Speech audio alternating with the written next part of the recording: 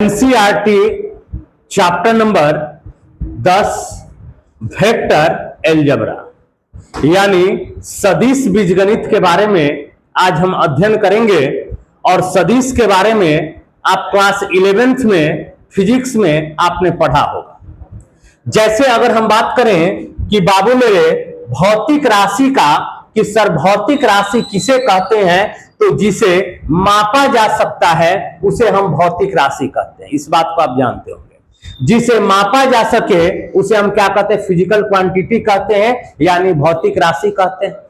और भौतिक राशि 7 होते हैं जो हमने बताया है कि बाबू मेरे लंबाई हो गया, द्रव्यमान हो गया, ज्योति तीव्रता हो गया, तापमान हो गया, पदार्थ की मात्रा हो गया, विद्युत धारा हो गया और समय हो गया। ये आपका फिजिकल क्वांटिटी है यानी भौतिक राशि है।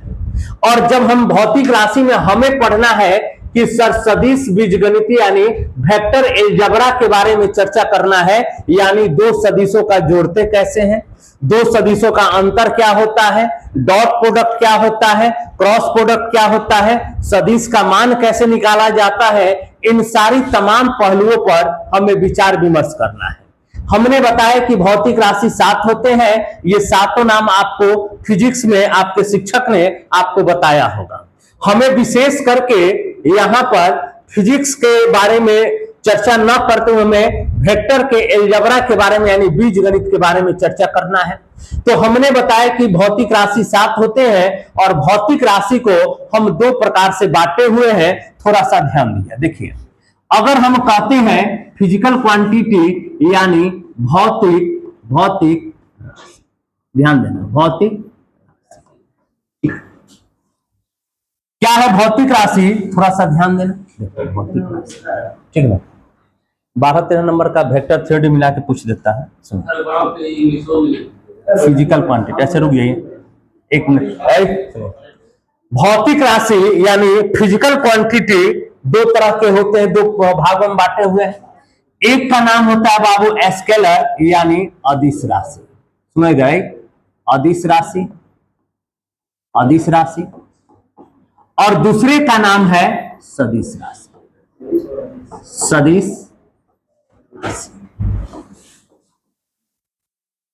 Scalar and vector. ठीक है, अदिश राशि और सदिश राशि। ठीक है,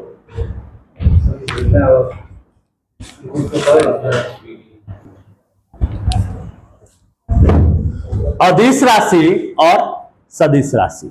सुनिए, अगर हम स्केलर की बात करें, स्केलर की, तो ध्यान देना कि जिसमें केवल मैग्नीट्यूड हो, जिसमें केवल मैग्नीट्यूड हो, केवल परिमाण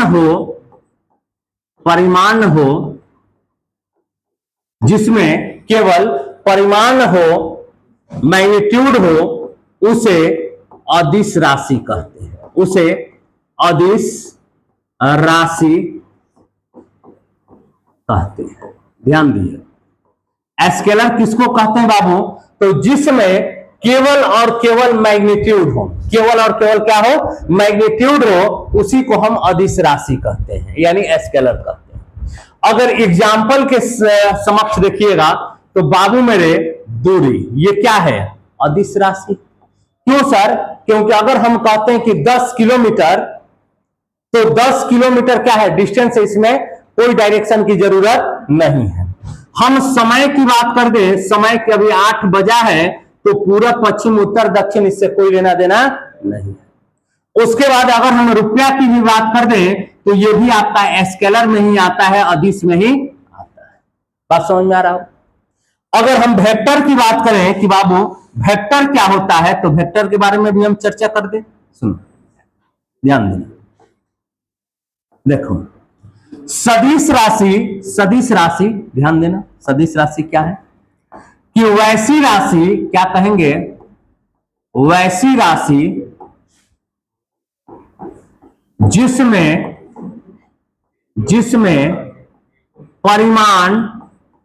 परिमाण मैग्नीट्यूड, जिसमें परिमाण और दिशा और डायरेक्शन, मैग्नीट्यूड एंड डायरेक्शन वैसी राशि जिसमें परिमाण और दिशा दोनों हो सदिश राशि कहलाता है, सदिश राशि कहलाता है। ध्यान दिए, वैसी राशि जिसमें मैग्नीट्यूड एंड डायरेक्शन बोथ यानी दोनों अगर है, मैग्नीट्यूड भी है और डायरेक्शन भी है, उसी को हम लोग किस नाम से जानते हैं? तो बाबू मेरे सदिश के नाम से जानते हैं। अगर एग्जाम्पल की हम बात करें तो बाबू मेरे आप ध्यान दीजिएगा, आपका फोर्स हो गया, बल हो गया कि नहीं हो गया? ठीक है, बल हो गया, आप फिजिक्स में पढ़े हैं। वेग हो गया, ये क्या है आपका? सदिश राशि हो गया। विस्थापन हो गया, ये भी आपका क्या है? सदिश राशि है, सदिश राशि है। तो ये आपको ध्यान में रखना होगा कि बाबू वेक्टर भौतिक राशि दो भागों में बटा हुआ है। एक होता है अदिश राशि जिसमें केवल और केवल मैग्नीट्यूड हो जाए, जैसे दूरी, समय, रुपया, ये सब क्या है? केवल और केवल मैग्नीट्यूड है। और सदिश राशि जिसमें मैग्नीट्यूड और डायरेक्शन दोनों हो जाए, यानी परिमाण भी हो और दिशा भी हो। जैसे बल, अगर हम किसी वस्तु पर बल लगाते हैं 2 न्यूटन 4 न्यूटन, तो निश्चित तौर पर उसका डायरेक्शन पता चलता है। पूरब से बल लगाएंगे तो पश्चिम, पश्चिम से लगाएंगे पूरब, उत्तर से लगाएंगे तो बल में आपका क्या होता है कि बाबू मैग्नीट्यूड और डायरेक्शन दोनों आ जाता है। वेग हो गया, विस्थापन हो गया, तो ये सब क्या है? आपके सदिश राशि के एग्जाम्पल है। कोई दिक्कत? अब जैसे बात को समझिएगा, अगर हम बात करते हैं, सुनिए, जैसे मान लीजिए कि हमारे पास ये एक कोई दिया गया है, ये एक रेखा है और इस रेखा का एक पॉइंट है ए और एक पॉइंट है बी, और ये मान लेते हैं बाबू कि मेरे 5 किलोमीटर दिया गया, 5 किलोमीटर दिया गया। अब इस फिगर को देखने के तत्पश्चात अगर हम आपसे पूछें कि ए से बी की लंबाई है या बी से ए की लंबाई है 5, तो कहोगे सर दोनों बात तो बराबर है। कैसे? अगर इस बात को अगर हम लिखें तो हम कह सकते हैं कि sir A B is equal to 5 kilometre, या sir B A is equal to भी हम 5 किलोमीटर कह सकते हैं। बोले कह सकते हैं कि नहीं कह सकते? अगर यही बात आ जाए कि सर यही लाइन है लेकिन इसका इनिशियल पॉइंट ए है, प्रारंभिक बिंदु ए है, और एक बिंदु टर्मिनल पॉइंट बी है, और ये इस तरह से जा रहा है बाबू ए से बी की तरफ, और ये मान लीजिए कि 5 किलोमीटर हमने लिख दिया, तो इसका अर्थ है, देखो ये आपका स्केलर है, अदिश है। क्यों सर?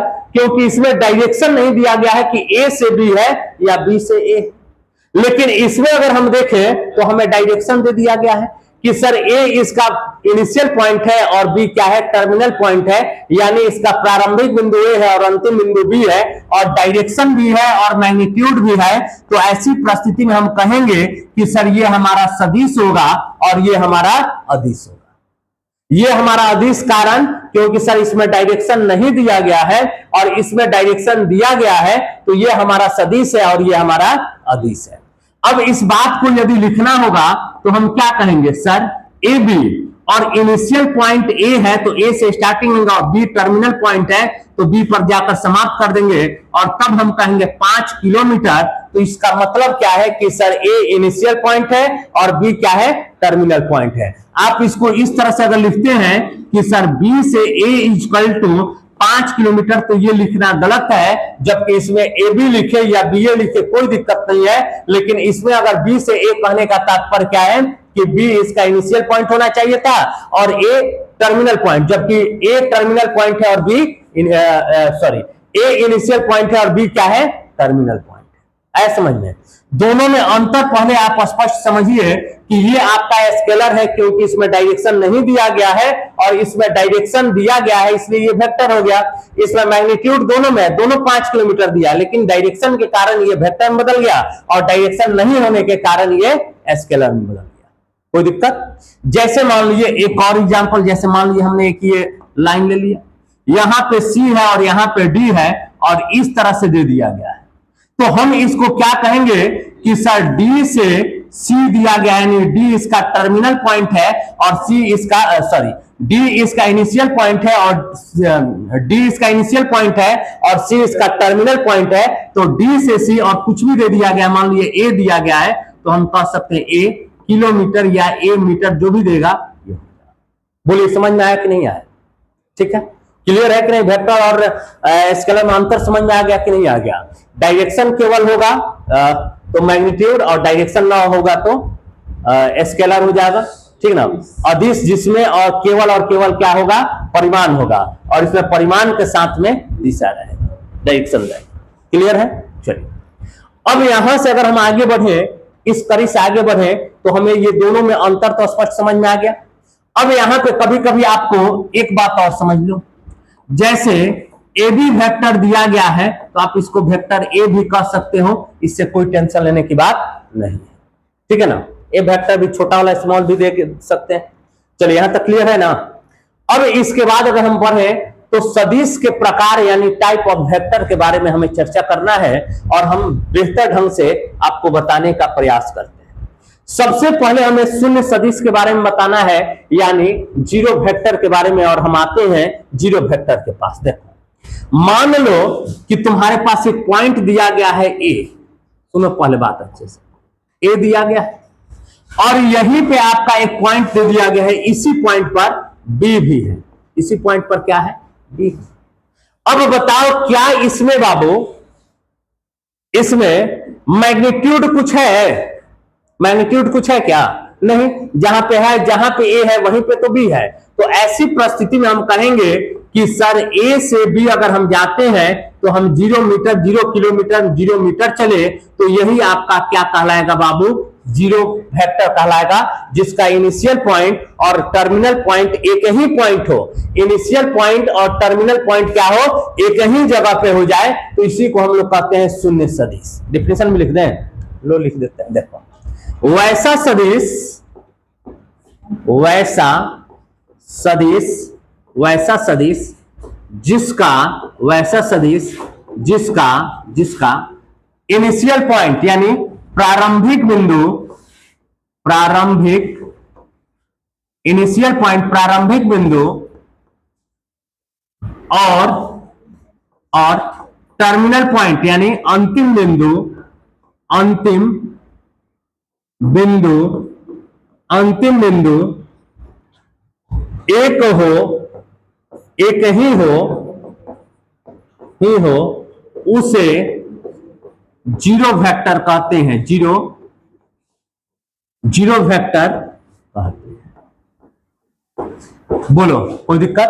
अगर कोई पूछे कि जीरो वेक्टर किसको कहते हैं, तो सर जिसका इनिशियल पॉइंट और टर्मिनल पॉइंट एक ही हो, यानी प्रारंभिक बिंदु भी वही हो और अंतिम बिंदु भी वही, यानी परिमाण जिसका क्या हो? जीरो हो, उसी को हम लोग क्या कहते हैं बाबू? जीरो वेक्टर कहते हैं। क्लियर? ठीक है ना? चल, अगला क्या है? यूनिट वेक्टर यानी इकाई सदिश। बात को समझो। देखो, जैसे मान लो कि हमारे पास ये एक दिया गया है, और मान लेते हैं बाबू ये हमारा ए है और ये बी है, ए से बी जाता है, और ये दिया गया है 1 किलोमीटर। क्या दिया गया है? 1 किलोमीटर।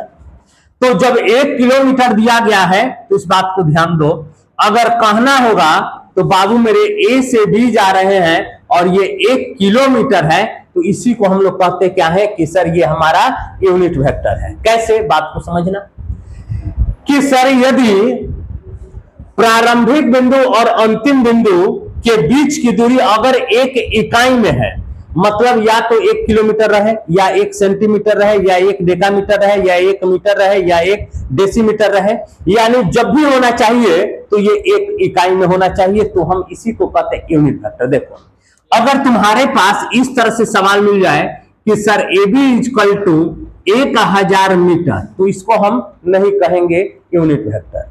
अगर 1000 मीटर, देखो 1 किलोमीटर 1000 मीटर दोनों तो बराबर होता है, लेकिन इस फॉर्म में अगर आप लिखते हैं तो ये आपका यूनिट वेक्टर नहीं कहलाएगा। यूनिट वेक्टर का मतलब हमेशा एक ही होना चाहिए, एक का अतिरिक्त अगर कोई आ जाए तो ऐसी परिस्थिति में हम कहेंगे यह यूनिट वेक्टर नहीं है।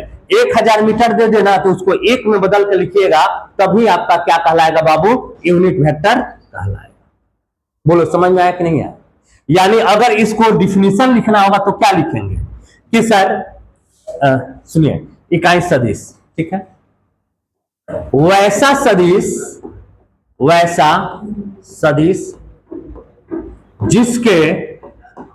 जिसके इनिशियल पॉइंट यानी प्रारंभिक जिसके इनिशियल पॉइंट प्रारंभिक बिंदु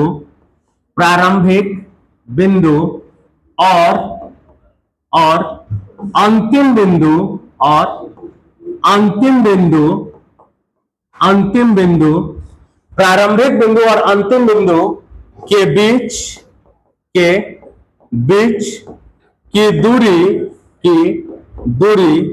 एक इकाई हो, मतलब समझ ना, 1 metre, 1 centimetre, 1 decametre, 1 decimetre, 1 kilometre, हमेशा एक में होना चाहिए। एक इकाई हो, उसे यूनिट वेक्टर कहते हैं, उसे यूनिट वेक्टर कहते हैं। ठीक, यूनिट वेक्टर किसको कहेंगे बाबू? तो जिसका अगर ए से बी की दूरी अगर एक इकाई में दे रहा है ना, 1 यूनिट में दे रहा है, तो ऐसी परिस्थिति में हम क्या कहेंगे कि हमारा यूनिट वेक्टर है। देखो, एक इकाई हो उसे यूनिट वेक्टर कहते हैं। जैसे समझो, देखो ए से बी, देखो यूनिट वेक्टर कहते हैं, ये ध्यान में रखिएगा। इसे एक कैप द्वारा सूचित करते हैं, एक कैप द्वारा सूचित करते हैं। और कैप क्या होता है वो बाद में हम बताएंगे। आप एक कैप द्वारा सूचित करते हैं। कोई दिक्कत? बोलिए, कोई दिक्कत? ठीक, समझ गए ना? जीरो वेक्टर आपको समझा दिए हैं, उसके बाद यूनिट वेक्टर भी समझा दिए। अगली कड़ी में अगर हम देखें तो कोलिनियर वेक्टर यानी संरेख सदिश। ये संरेख सदिश क्या होता है, पहले ध्यान देखो। ये हमारे पास एक वेक्टर है, ऐ सुनो, और हमारे पास एक ये वेक्टर है, सुनो ऐ। मान लेते हैं कि सर ये हमारा ए है, बी है, सी है और डी। ठीक, 2 वेक्टर हो गया। और इन दोनों में समानता ये है, दोनों में क्या समानता है, देखो ऐ, दोनों में क्या समानता है? तो दोनों लाइन सर एक दूसरे के क्या है, पैरेलल। दोनों लाइन एक दूसरे के पैरेलल। और जब 2 लाइन एक दूसरे के पैरेलल हो जाए ना, तो इसी को हम लोग कहते हैं संरेख सदिश। संरेख सदिश। जैसे अगर हमें कहना होगा तो मान लेते हैं कि सर ये इस तरह से जा रहा है, ये भी इस तरह से जा रहा है। बाबू मेरे ए से बी एंड सी डी संरेख सदिश है। कौन सा सदिश है बाबू? संरेख सदिश। कारण तो समझ में आ गया वो संरेख क्यों है। क्यों सर? खराब, ये तो संरेख सदिश क्या होता है बताओ? संरेख सदिश क्या होता है? कोलिनियर वेक्टर है, पार्लर होता है, ब्यूटी पार्लर। हाँ, मतलब पार्लर होता है, पार्लर होता है ना, पैरेलल होता है। हिंदी में क्या बोलेंगे? बराबर होता है। इसीलिए ना कहते हैं बोर्ड पे ध्यान रखो, समांतर होता है। ठीक ना बैठो, सुनिए। 2 लाइन एक दूसरे के यदि समांतर है ना, तो हम कहते हैं क्या है? संरेख। अब इसका डिफिनेशन लिखना होगा तो क्या लिखेंगे? 2 से अधिक सदिश, 2 या 2 से अधिक सदिश, ठीक ना, 2 या 2 से अधिक सदिश क्या हो? समांतर हो एक दूसरे के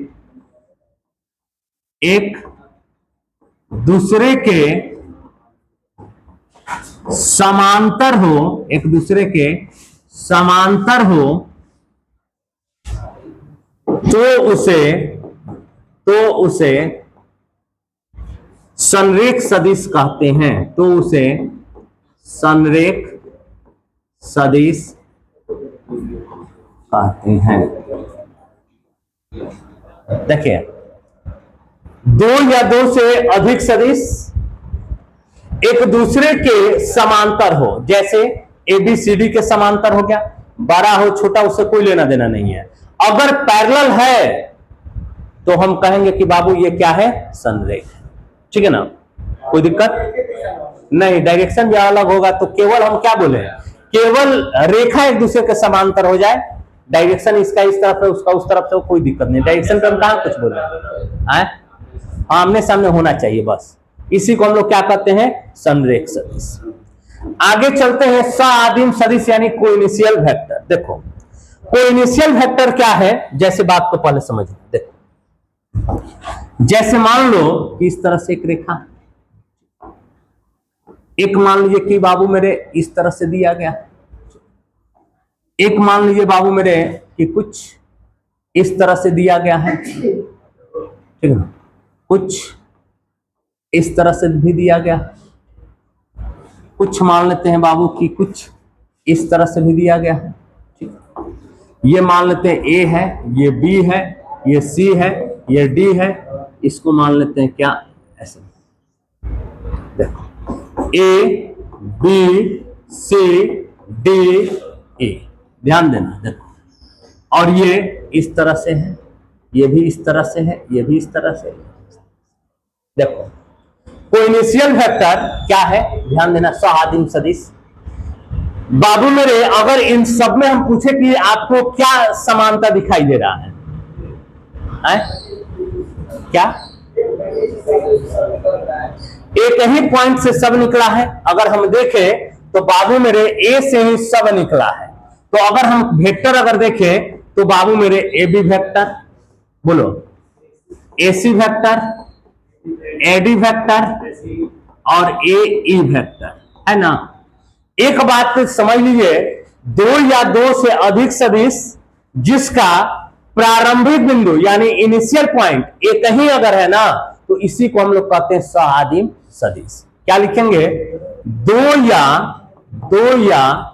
दो से अधिक सदिश, दो से अधिक सदिश, दो या दो से अधिक सदिश, अधिक सदिश जिसका प्रारंभिक बिंदु, जिसका प्रारंभिक बिंदु एक हो, जिसका प्रारंभिक बिंदु एक हो, उसे सआदिम सदिश कहते हैं। सआदिम सदिश कहते हैं, ठीक है ना। दो या दो से अधिक सदिश जिसका इनिशियल पॉइंट क्या हो अगर एक ही है, तो इसी को हम लोग क्या कहते हैं बाबू, सआदिम सदिश कहते हैं, कोइनिशियल वेक्टर कहते हैं। बात समझ में आया? अब आगे हम कड़ी में चलेंगे तो समान सदिश क्या है, इसको भी समझ लेते हैं। समान सदिश यही सब रह गया है ना। चलिए समान सदिश सुनिए, सुनिए समान सदिश, ठीक है, समान सदिश ध्यान देना। सुनिए, अगर हमें कहना होगा समान सदिश, तो देखो ये हमारे पास मान लो कि एक वेक्टर है, ठीक है ना। देखो ये मान लो कि हमारे पास एक वेक्टर है, मान लो कि ए, और ये भी आपका है, ये ए है, ये बी है, ये सी है और ये डी है। दोनों का डायरेक्शन भी एक ही दिशा में है, एक ही दिशा में। तो हम इसको कहेंगे समान सदिश। मतलब क्या सर समान सदिश का, कि कहना होगा वैसा दो सदिश, वैसा दो सदिश, वैसा दो सदिश जिसका, वैसा दो सदिश जिसका प्रारंभिक बिंदु, जिसका प्रारंभिक बिंदु, वैसा दो सदिश जिसका, देखिए पहले बात समझिए, समान सदिश वैसा दो सदिश, ठीक है ना, जिसका परिमाण एवं दिशा दोनों समान हो, दोनों समान हो, उसे समान सदिश कहते हैं, उसे समान सदिश कहते हैं। ऐसा समझिए कि सर वैसा दो सदिश जिसका परिमाण एवं दिशा दोनों समान हो उसी को हम लोग क्या कहते हैं बाबू, उसी को हम समान सदिश कहते हैं। यानी अगर यहां पे देखें तो इसको अगर हम वेक्टर ए लेते हैं, इसको वेक्टर बी लेते हैं और दोनों का मैग्नीट्यूड और डायरेक्शन समान है तो हम कह सकते हैं वेक्टर ए बराबर वेक्टर, ठीक है ना। आप इसको लिख सकते हैं, समान सदिश कहते हैं इसे A B vector equal to C D vector या वेक्टर ए बराबर वेक्टर बी द्वारा सूचित करते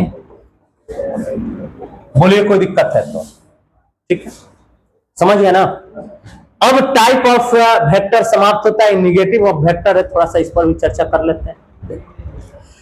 निगेटिव ऑफ वेक्टर अगर है, मान लीजिए आपके समक्ष ये एक वेक्टर है, ये आपका वेक्टर, मान लीजिए कि ये हमारे पास वेक्टर ए दिया गया है, मान लेते हैं कि ये क्या है, ए है इनिशियल पॉइंट और बी इसका टर्मिनल पॉइंट है और इस तरह से दिया गया। सुनो ऐसे सुनो, ये दिया गया है। अगर हम कह दिए कि सर माइनस वेक्टर ए, तो ये ध्यान दीजिएगा कि जैसे ही आप माइनस कीजिएगा ना, ये आपका ए है और ये बी है, तो जो भी डायरेक्शन होगा वो चेंज हो जाएगा। बस इतना ही ध्यान रखना है। निगेटिव ऑफ वेक्टर का मतलब कि अगर निगेटिव नंबर से आप मल्टीप्लाई करोगे तो जो भी डायरेक्शन होगा वो क्या हो जाएगा, बदल जाएगा। यानी हम कह सकते हैं कि बाबू मेरे ठीक ना, ऋणात्मक संख्या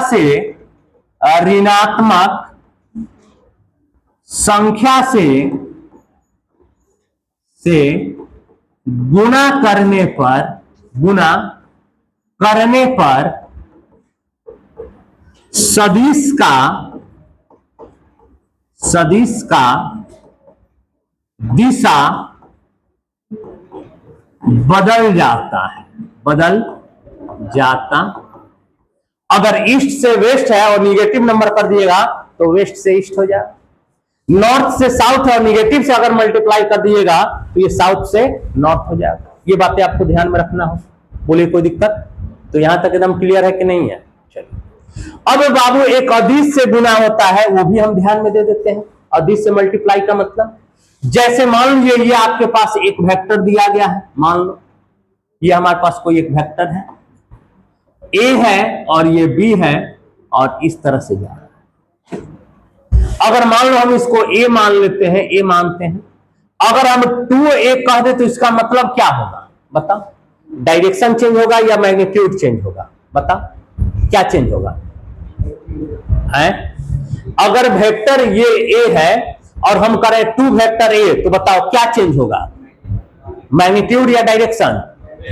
मैग्नीट्यूड। देखो निगेटिव नंबर से मल्टीप्लाई करने पर डायरेक्शन चेंज होता है, और जब कभी आप स्केलर से कोई भी अदिश संख्या से गुणा कीजिएगा तो मैग्नीट्यूड बदल जाएगा, यानी ये अब जो है इसका डबल हो जाएगा, यानी यहां तक आ जाएगा, ठीक ना। अब ये आपका ए है, ये बी है और ये इस तरह से, और ये 2 वेक्टर, ठीक ना। यानी अगर नोट में लिखना हो तो कह सकते हैं कि कोई अदिश संख्या से गुणा करने पर सदिश का परिमाण बदल जाता है। लिखते हैं, ठीक है, लिखते हैं। कोई अदिश संख्या से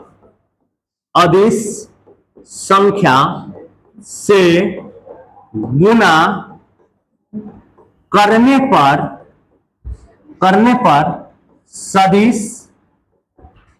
का परिमाण बदल जाता है।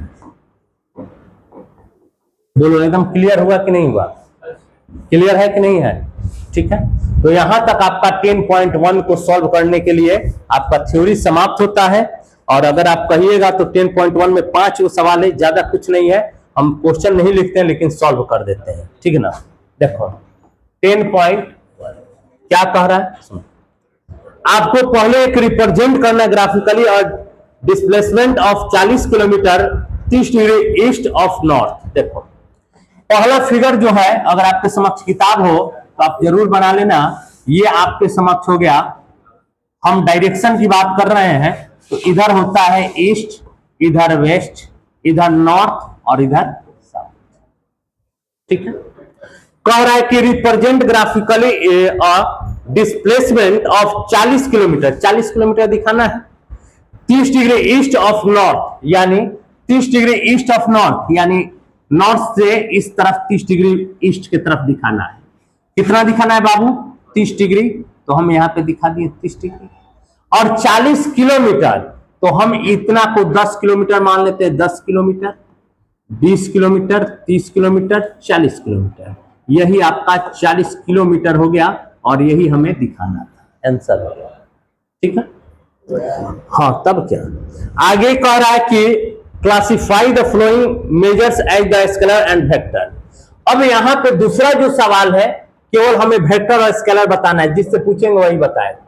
10 केजी वेक्टर होगा या स्केलर होगा? दूसरा सवाल फिर करा 2 metres, 2 metres, right, 2 metres north, north west. उसके बाद तीसरा कह रहा है क्या? 40 डिग्री। चौथा कह रहा है बाबू 40 वाट। पांचवा कह रहा है क्या? 10 के पावर -19 कूलम। छठा कह रहा है 20 मीटर पर सेकंड स्क्वायर। ठीक। अब आपको बताना है बाबू कि इसमें से कौन सही है, सॉरी क्या आंसर होगा। चलिए, जिससे पूछेंगे वही बताए। चलिए बाबू सुनिए, आप खड़ा हुए तो बताइए। 10 के पावर -19 कूलम क्या होगा? स्केलर होगा। बैठ जाइए। क्या हो जाएगा बाबू? अदिश हो गया। सही है ना जी? 10 केजी आपके लोग बता दिए क्या होगा? अदिश होगा, क्योंकि डायरेक्शन तो है नहीं। अदिश स्केलर हो जाएगा। 2 मीटर सदिश, क्योंकि डायरेक्शन भी दिया नॉर्थ वेस्ट, तो ये क्या हो जाएगा? सदिश। 40 डिग्री बोलो, 40 वाट बताओ क्या होगा? अदिश। चलो तुम्हारा ही बात मान लेते हैं। अब बताओ तो 20 मीटर पर सेकंड स्क्वायर, ये क्या होगा? सदिश। क्या हो जाएगा? क्योंकि विस्थापन होता है 20 मीटर पर सेकंड स्क्वायर। कोई दिक्कत? चल आगे क्या है बाबू, सुनिएगा आगे क्या है। सवाल नंबर बस कुछ नहीं है 3। देखो, कह रहा है कि पहला टाइम आपको बताना है कि टाइम क्या होता है, स्केलर होता है कि वेक्टर होता है। दूसरा कह रहा है डिस्टेंस बता दीजिए, डिस्टेंस बता दीजिए। तीसरा कह रहा है फोर्स बताना है। चौथा कह रहा है वेलोसिटी। और पांचवा कह रहा है वर्क डन। इसमें बताने की जरूरत है क्या कुछ? टाइम क्या होगा बताओ? अदिश, अदिश। डिस्टेंस दूरी, अदिश। फोर्स सदिश। वेलोसिटी ये बताओ क्या होगा जी? वेलोसिटी क्या होता है? सदिश, वेलोसिटी सदिश होता है। चलिए, वर्क डन अदिश। काम करना है, जैसे मान लो कि हम यहाँ से ऐसे मिटा रहे हैं, ये काम हो गया। पढ़ाई आप कर रहे हैं तो ये भी एक तरह का काम ही है, तो इसमें डायरेक्शन नहीं होता। ठीक है। चलिए सुनिए, कह रहा है कि अब आगे जो एक फिगर दिया गया है वहां पे थोड़ा सा ध्यान दे दीजिएगा। सुनिए,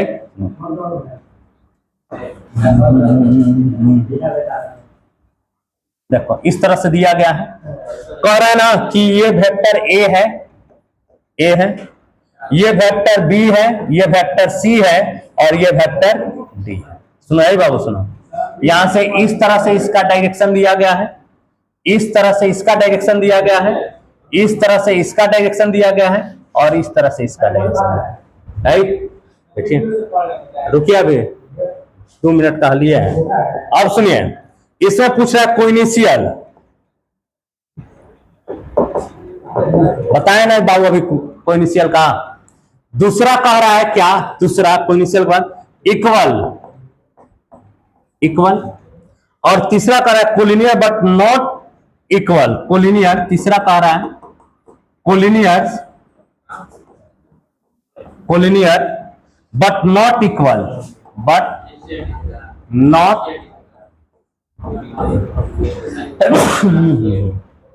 सुनिएगा एकदम सिंपल है, कह रहा है क्या ना, कोई इनिशियल, अब बताओ कोई इनिशियल का मतलब हम आपको नहीं बताए हैं, कोई इनिशियल मतलब बताइए क्या बताएं, कोई इनिशियल सह आदिम जिसका एक ही वेक्टर से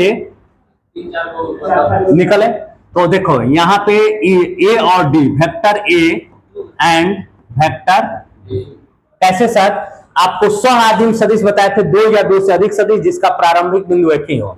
इसका डी और ए का प्रारंभिक बिंदु एक ही है, बी का अलग है, सी का अलग है, ठीक है ना। चलिए इक्वल, यानी इक्वल का मतलब तो बताए थे एकदम, ये आपका सी और ए नहीं होगा क्योंकि इसका डायरेक्शन इधर है, इसका डायरेक्शन इधर है। कौन कौन हो जाएगा बताओ, वेक्टर बी एंड वेक्टर, एकदम डायरेक्शन भी सेम है और मैग्नीट्यूड भी समान। कोलिनियर बट नॉट इक्वल, यानी संरेख, संरेख के लिए समांतर होना चाहिए लेकिन इसमें नॉट इक्वल, नॉट इक्वल यानी डायरेक्शन समान नहीं होगा। तो A and D, vector A and sorry vector C नहीं जी, वेक्टर, डायरेक्शन दोनों का अलग है। तो यहां से आपका 10.1 समाप्त होता है और कल हम लोग चालू करेंगे 10.2। चलिए हो गया ना, चलिए धन्यवाद।